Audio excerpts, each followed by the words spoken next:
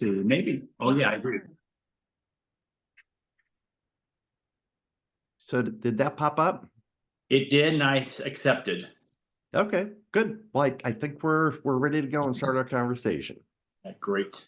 So Representative Shimkus or John, thank you so much for being part of Ag Auto Ethanol's annual forum today. I know you wanted to be with us in person, but I understand you're going to be in South Korea next week, and it's pretty hard to be in South Korea and Detroit at the same time. So thank you for making this a priority for being here. And we're going to record our conversation today and play it back at the forum next week. Yeah, well, happy to be with you. Yeah, I'd love to be there.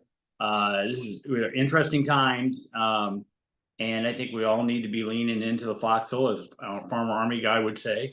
And so, thanks for the invitation, and hopefully this will work. Great.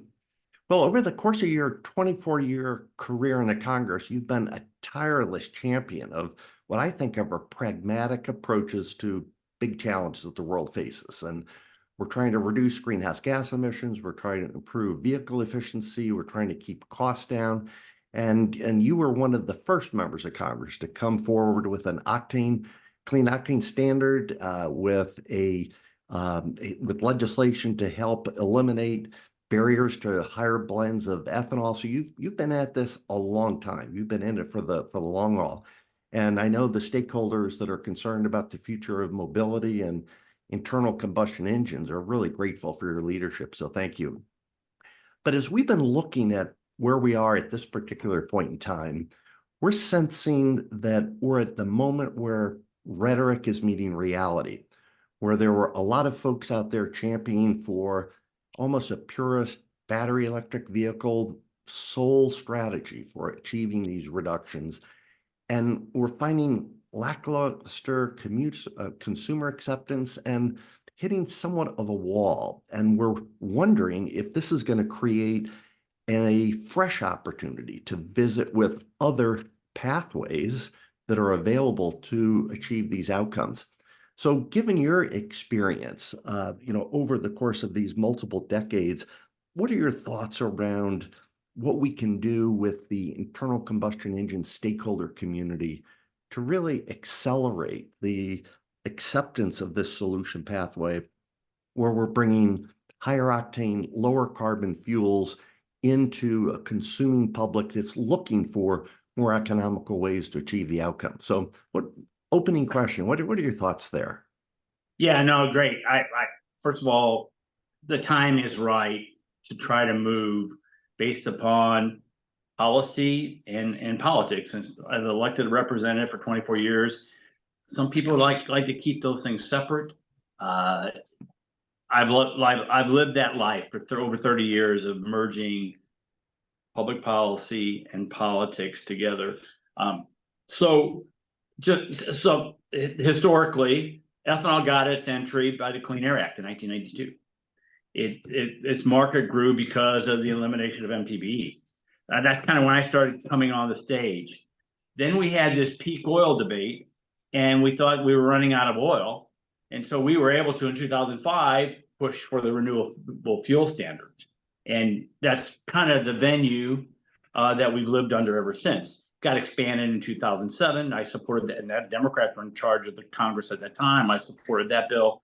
And that's kind of where we are, status quo. And I think that's caused part of the anger, debate, frustration within the large group that you've assembled to save the internal combustion engine.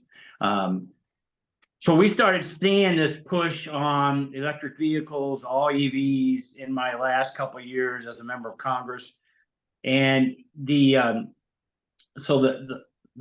threat of these small fights we were having over the RFS is mute if you have no volumes going into any tanks of internal combustion engines. So whether you got 10%, 15%, 85%, 85% of zero is zero.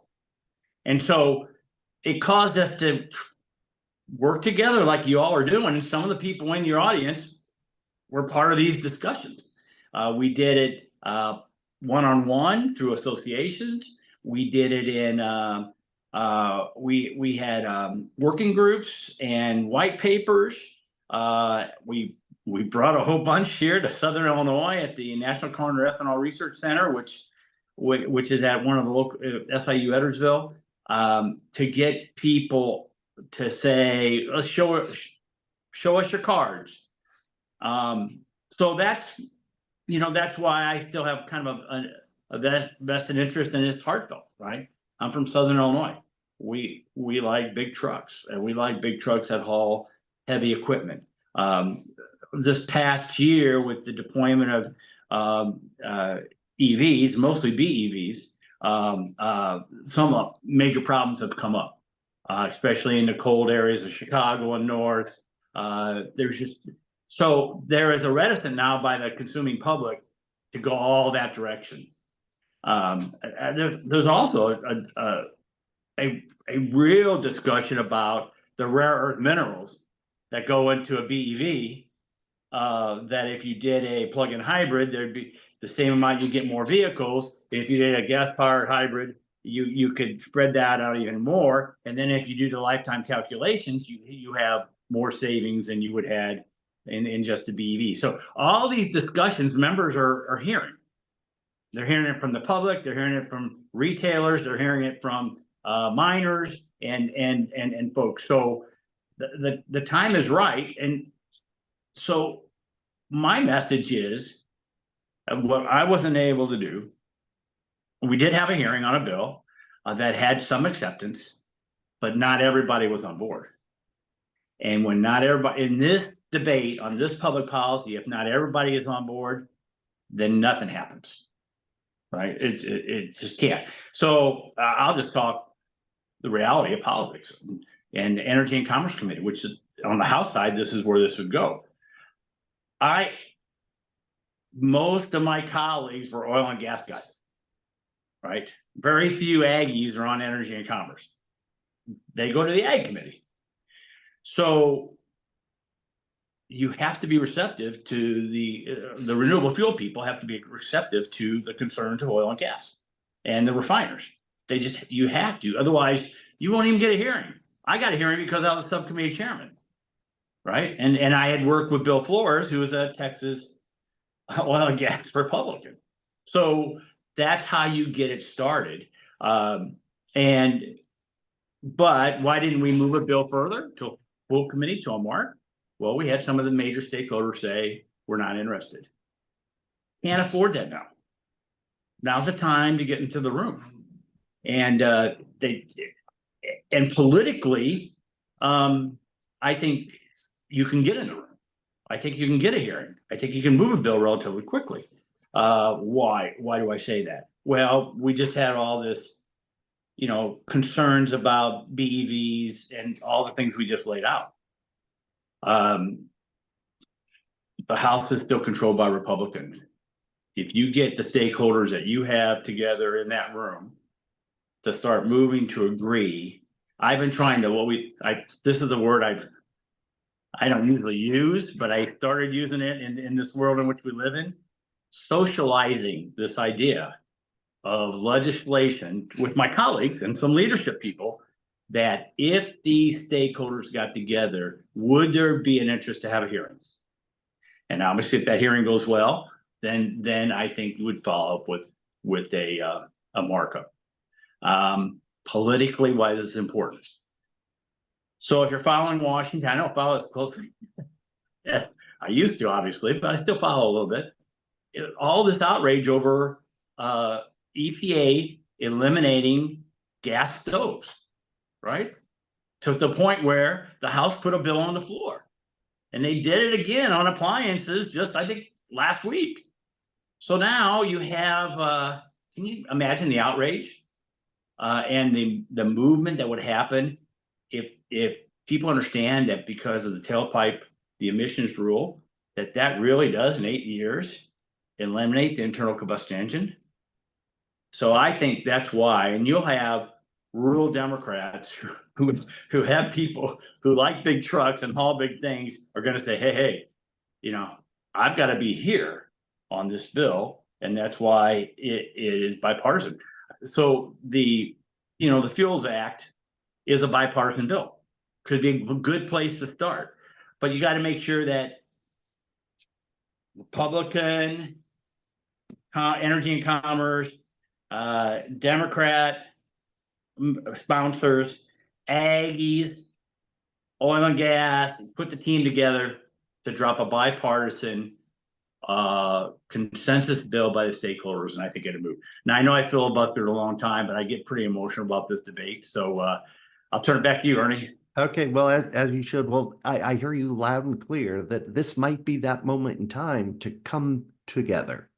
And I know we've been meeting originally as the agriculture, automotive, ethanol primary stakeholders, but we've been reaching out in recent years.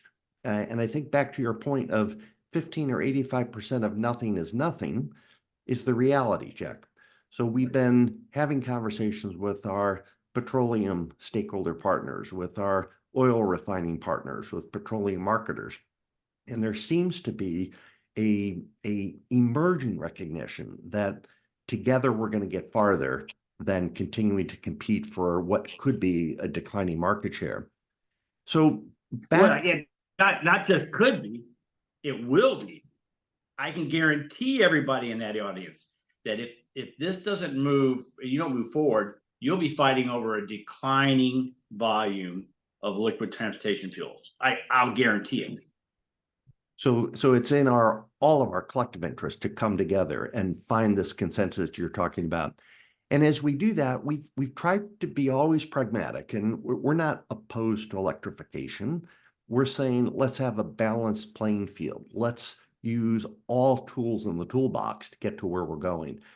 And that might be overly simplistic, but in Washington, do you think our elected officials are going to be ready to hear a more diverse set of options to get to where we're trying to go? Or will special interests continue to just hold on to their particular pathway and it's mine or none? How can we break through that and help people really realize that all of the above is better than just A or B? Yeah, I'm no Toyotas there. So they've been trying to do this with their, I don't know, 1690 proposal, and which kind of identifies rare earth minerals in 1 or 6 or 90, and then the carbon reductions. What's better, 1 BEV or 90 hybrid vehicles? That for all the above purposes. I think that's how you address some opponents who are really want to be aware of carbon intensity and the likes. There's still a lot who, I'll be honest, who care less, right? But you need them to vote. So the Republicans changed over my time there, right? We changed from being hell no to all the above. And that all the above was, okay, let's have clean coal, let's have nuclear, let's have wind, let's have solar. We need a whole portfolio to get ahead. That's the same debate we're having here. We just got to get the stakeholders to say all the above, and then use the smart people to do the calculations to show on all the above carbon intensity reduction. Then you make the sale. John, you had a lot to do with helping the Next Generation Fuels Act grow up, emerge, improve over time. You mentioned there was a hearing held. I think that was on the Next Gen Fuel Act. What's next for that?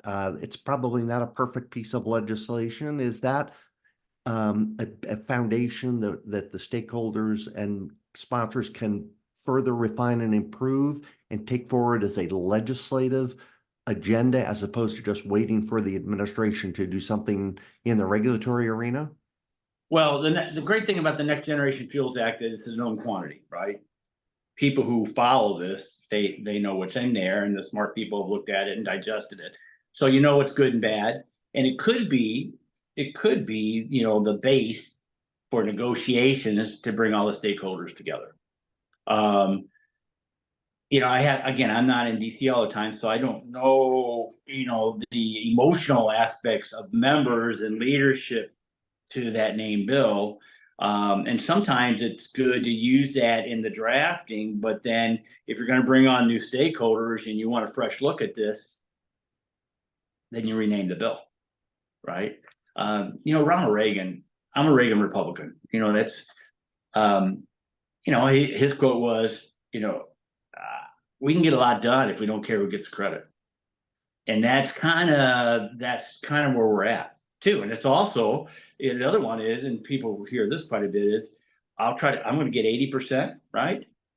And that's good enough. And I'll go back and try to get the next 20 later on.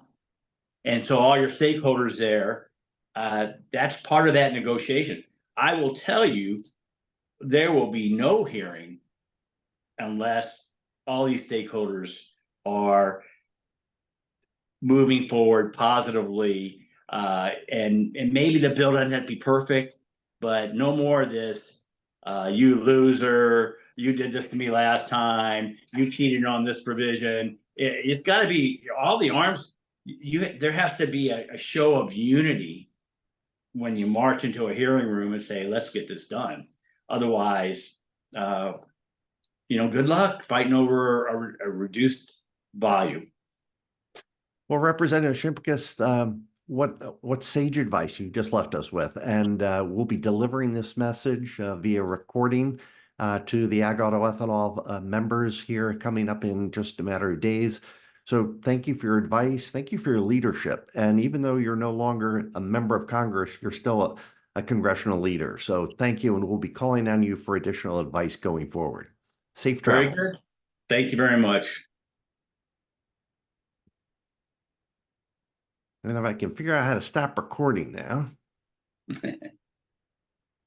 Pause, stop.